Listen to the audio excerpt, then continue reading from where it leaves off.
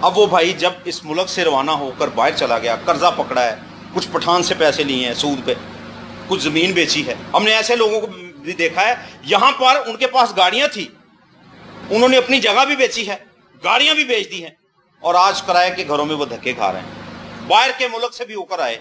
لیکن میرے عزیزو، جو لعنت لوگوں کے اوپر ٹھہری ہوئی، اگر اس لعنت کو ختم نہیں کیا جائے گا، اگر آپ کا خدا آپ سے راضی نہیں ہے، آپ دنیا کے کسی بھی حصے میں چلے جائیں، ہمیشہ لٹتے ہی رہیں گے، ہمیشہ مسائل کے نیچے ہی رہیں گے، ہمیشہ دکھ ہم آپ کا اور میرا پیچھا کرتے رہیں گے. لیکن کیا ہم نے کبھی یہ سوچا ہے کہ خداوند تو نے کتنی مرتبہ ہم سے محبت کا کلام کیا ہے، کتنی مرتبہ یہ ہم سے وعدہ کیا ہے کہ دیکھ تیرا دل نہ گھبرائے، میں دنیا کے آخر تک تیرے ساتھ ہوں، تو کیوں کر پریشان ہوتا ہے؟ خدا نے کئی مرتبہ اپنے کلام کی قوت اور قدرت کے وسیلہ سے ہمیں یہ بات بتائی ہے کہ دیکھ میری بیٹی، دیکھ میرے بیٹے، میں تیرے ساتھ ہوں، تیرا دل کیوں گھبراتا ہے، تیری ساری فکریں تو میں نے اٹھا رکھی ہیں. ہم ہیں کہ ہمارے رویے بھی ویسے کے ویسے ہیں. ہم اکثر بھائی جب بیٹھتے ہیں تو بہت سے لوگوں کی بابت ہم ڈسکس کرتے ہیں، اور سب سے پہلے ہم اپنی زندگیوں کی بابت ایک دوسرے کو بتاتے ہیں، اور پھر بتاتے ہیں کہ بھائی ہم نے اس مہینے میں، اس سال میں، اس دن میں کیا سیکھا ہے. 2017 کے اینڈ میں ہم نے بہت سے وعدے خداوند سے کیے تھے.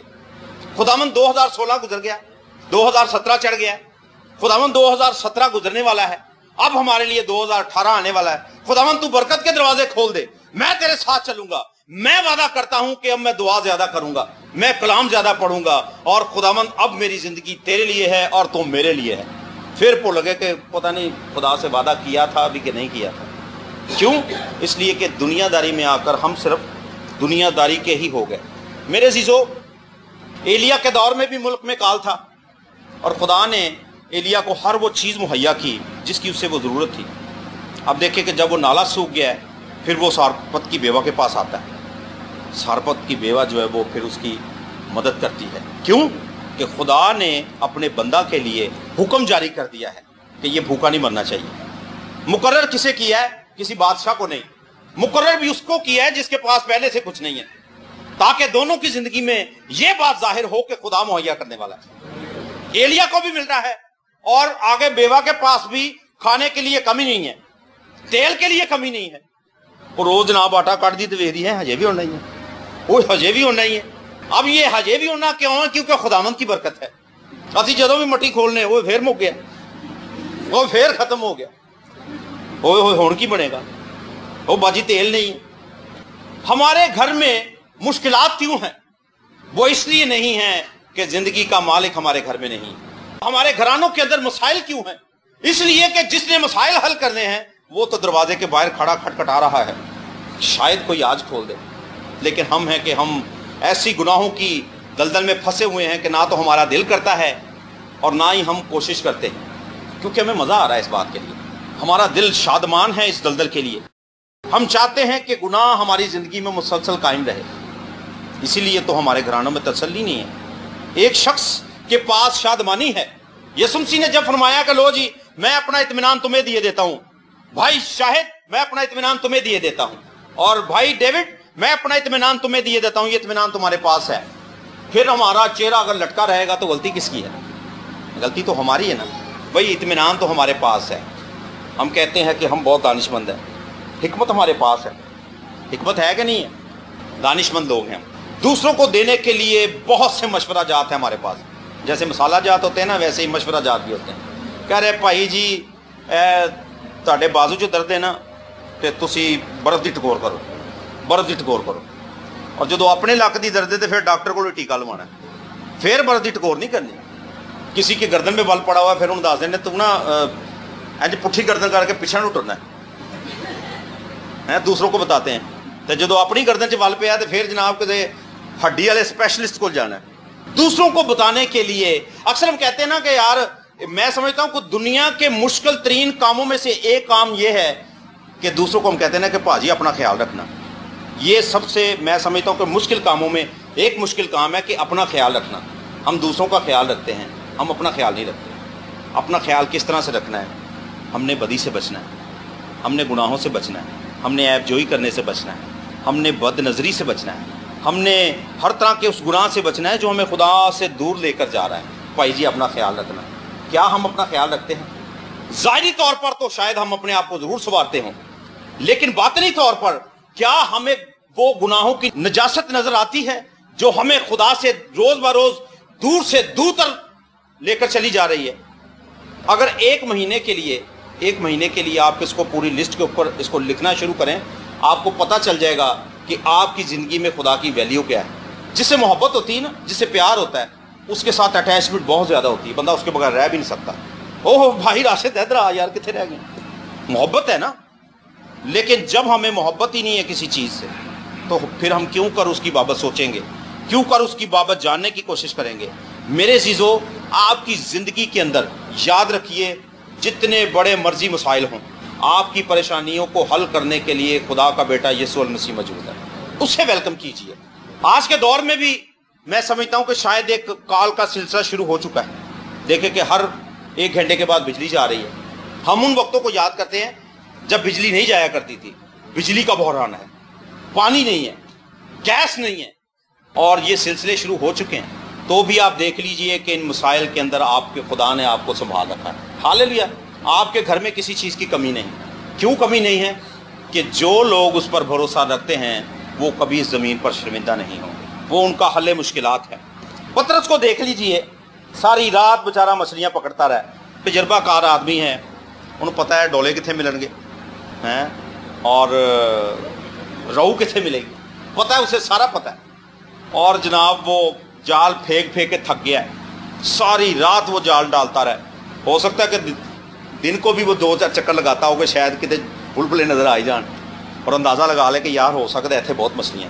تھک کے جب واپس آیا ہے تو خدا نے اسے حکم دیا ہے کہ اپنی کشتی مجھے دے اور اسے گہرے میں لے چل۔ گہرے میں جانے کے لیے خداوند کی بات ماننی پڑتی ہے، خداوند کے ساتھ رفاقت رکھنی پڑتی ہے، روزوں میں ٹھہر کر گھٹنوں کے بل ہو کر خداوند کے حضور جھکیے، آپ کو پتہ چلے گا گہرائی کیا ہے، آپ کے خدا کی گہرائی کیا ہے، آپ کے خدا کی چوڑائی کیا ہے، آپ کا خدا کس قدر قوت والا ہے۔ آسمان اور زمین کا کل اختیار مجھے دیا گیا ہے۔ کسے دیا گیا ہے؟ جس کے ساتھ آپ کا رشتہ جڑا ہوا ہے اور جس نے مجھے اور آپ کو سنبھالنے کا وعدہ کیا ہوا ہے۔ پطرس گہرے میں لے کر گیا ہے، پھر اس نے جال ڈالا ہے، مشورے نہیں دیے گو خداوند 3 وری تے تو ہو گئے ہیں، پہلے 3 وری تو ہو کے چلا گیا، نہیں، اس نے صرف اور صرف خداوند کی بات مانی۔ کیا ہم خداوند کی تابعداری کرتے ہیں؟ ہم خداوند کی تابعداری کریں گے، مسائل ہم سے بھاگیں گے، ہم مسائل سے نہیں بھاگیں گے۔ پہلے ڈھونڈو تم اس کی بادشاہی، تو یہ ساری چیزیں تم کو ملتی جائیں گی جن کی تمہارے دل میں آس ہے، جن کی طلب آپ کے دل میں ہے، یہ ساری چیزیں آپ کو مہیا کر دی جائیں گی جب آپ اس کی بادشاہی کی تلاش کریں گے۔ میرے عزیزو، اب اس نے وہ جال کھینچنا شروع کیا اور وہ جال مچھلیوں سے بھر گیا۔ پریز دی لارڈ! خدا اپنے لوگوں کو مہیا کرتا ہے، اور جب پطرس نے اس جال کو دیکھا کہ یہ تو بہت بھر گیا ہے، اس نے دوسرے ساتھیوں کو آواز دی، اس نے کہا آؤ اور اس برکت میں شریک ہو جو خداوند نے مجھے دی ہے۔ اور وہ اپنے ساتھیوں کو بلا رہا ہے کہ آؤ یار میری مدد کو آؤ اور اس برکت میں میرے ساتھ شریک ہو جو خداوند نے مجھے دی ہے۔ جب خداوند ہمیں برکت دیتا ہے، چاہے وہ روپے پیسے کی ہو، چاہے وہ شادمانی کی ہو، ہم دوسروں میں بانٹتے نہیں، اس لیے زیادہ دیر تک ٹھہرتی بھی نہیں۔ تم نے بہت سا بویا ہے نا، پر تمہیں تھوڑا ملا۔ تھوڑا کیوں ملا؟ کہ ہم اس برکت کو خداوند کے گھر میں لے کر نہیں آئے، اس ساری چیز کو، اس روپے پیسے کو ہم خداوند کے گھر میں ایمانداری کے ساتھ لے کر نہیں آئے۔ کسی شخص کے گھر میں اگر 40,000 روپے کی تنخواہ آتی ہو نا 1 مہینے کے لیے، اور اس سے پوچھیں کہ بھائی آپ پوری دیائی کی دیتے ہو، کہہ رہے نہیں وہ دہی دیے جو پوجدہ سردا ہے، اور دہی دیے جو پوجدہ سردا ہے، پوجدہ سردا کی ہے جی، پادی صاحب آتے ہیں پھر انہوں نے 100 روپیہ دہی دا ہے، یا چرچ جائیدا تے انہاں دے ابو نے جڑے پھر وہ 500 روپیہ دے کے آتے ہیں۔ ارے بھائی میری آپ اس بات پہ توجہ کیجئے، اس بات پہ غور کیجئے، 40,000 خداوند اگر آپ کو دے رہا ہے تو وہ 40 لاکھ بھی دے سکتا ہے، جو 40 لاکھ دیتا ہے وہ 40 کروڑ بھی دے سکتا ہے۔ یہ سن کے نا دل کی گولی کھانے کو دل کرتا ہے، پائی صاحب جاندے انہیں کتے داخل ہو جائیے، 40 کروڑ بھی دے سکتا ہے ہمارا خدا۔ لیکن ہمارا ایمان کیسا ہے؟ ہمارا ایمان ایسا ہے کہ یار مہینے دا اینڈ ہو گیا تے چلو پھر نہیں کریں گے، پادی صاحب کو کہاں گے یار 15 روپیہ ہے جی۔ ہمارا ایمان ایسا ہے کہ کوئی نہ کوئی شخص ہماری آنکھوں کے سامنے رہتا ہے کہ یار پڑھنے کی دے بولوں نے، جبکہ وہ ہستی جس کے پاس ساری دنیا کی دولت ہے، زمین کے نیچے کا سونا اس کا ہے،